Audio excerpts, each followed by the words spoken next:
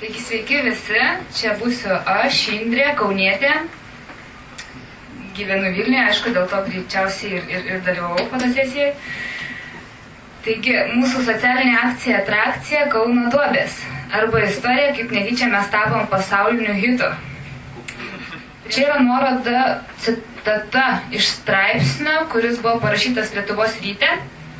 Tai yra aktyvių žmonių kompanija, kuri kartu sportuoja, keliauja ir kuria. Ir atlikom fotosesiją, kaip ir stengiamės paneigti arba įrodyti hitą apie Kauno duobes. Tai yra šaltinis iš BBC, kadangi taip mes šiandien patekom į BBC. Sužinojame, kad mes esam, Lietuva turi labai daug nuopelnų ir labai daug ko pasižymė. Ir Lietuva yra pirmoji sąraše tarp ES šalių pagal mirtinus atvejus avarijose. ES vidurkis yra 55 mirtini atvejai 1 milijonui žmonių, o Lietuvoje šis vidurkis yra 100 mirtinų atvejų 1 milijonui. Ne, prasidėjo viskas taip, kad mes atvažiavom į Kauną. Vieni važiavo iš vienų miestų, kiti iš kitų, bet susirinkom mes štai didžiai minimum Kaune. Ir tokia buvo pirmoji mūsų nuotrauka.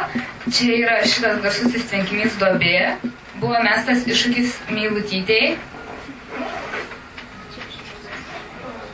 Aš nežinau, ar man reikėtų visas nuotraukas komentuoti, nes tiesiog yra tokių nuotraukų, kur trūksta žodžių. Pavyzdžiui, štai ties šitą nuotrauką aš tiesiog paleisčiau muzikytę iš Gelbėtojų serialo ir būtų viskas pasakyta.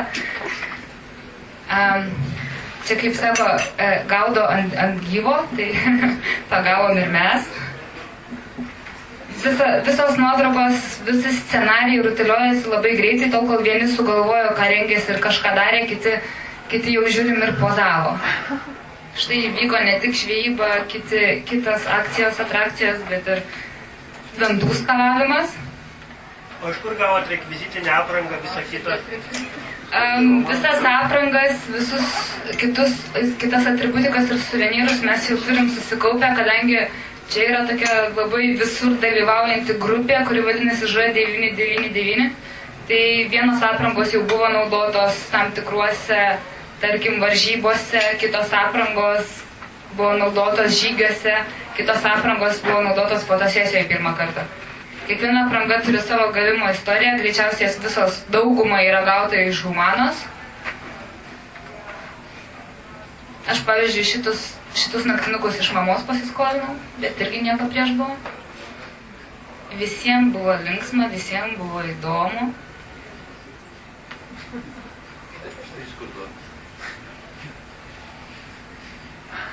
Ne visos nuotraukos buvo publikuotos visuose interneto puslapiuose.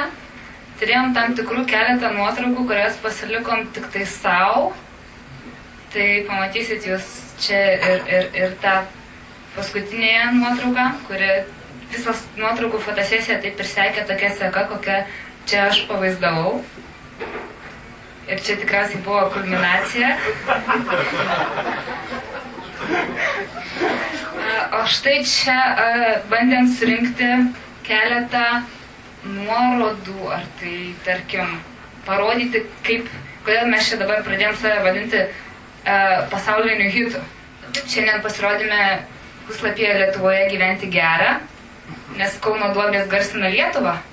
Čia pirmoji, kas vyksta Kaune fotosesijos antraštė.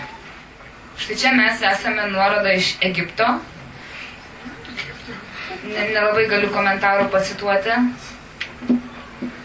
Čia tikriausiai Kinijoje, arba Japonijoje, arba kitoje šalyje, kuri mėgsta rašyti tokiu raštu. Šitam puslapyje šiandien per pietus patikrinau buvo 154 000 peržiūrų.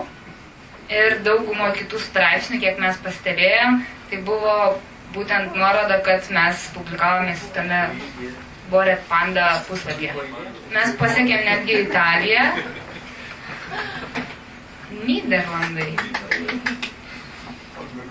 Tai pas mus netgi kreipėsi iš BBC puslapio paprašyti leidimo publikuoti. BBC puslapyje sudėtos nuorodos į mūsų grupės puslapį. Aišku, kaipgi mes apsėsim be demotyvacijų. Ir dar klausimų?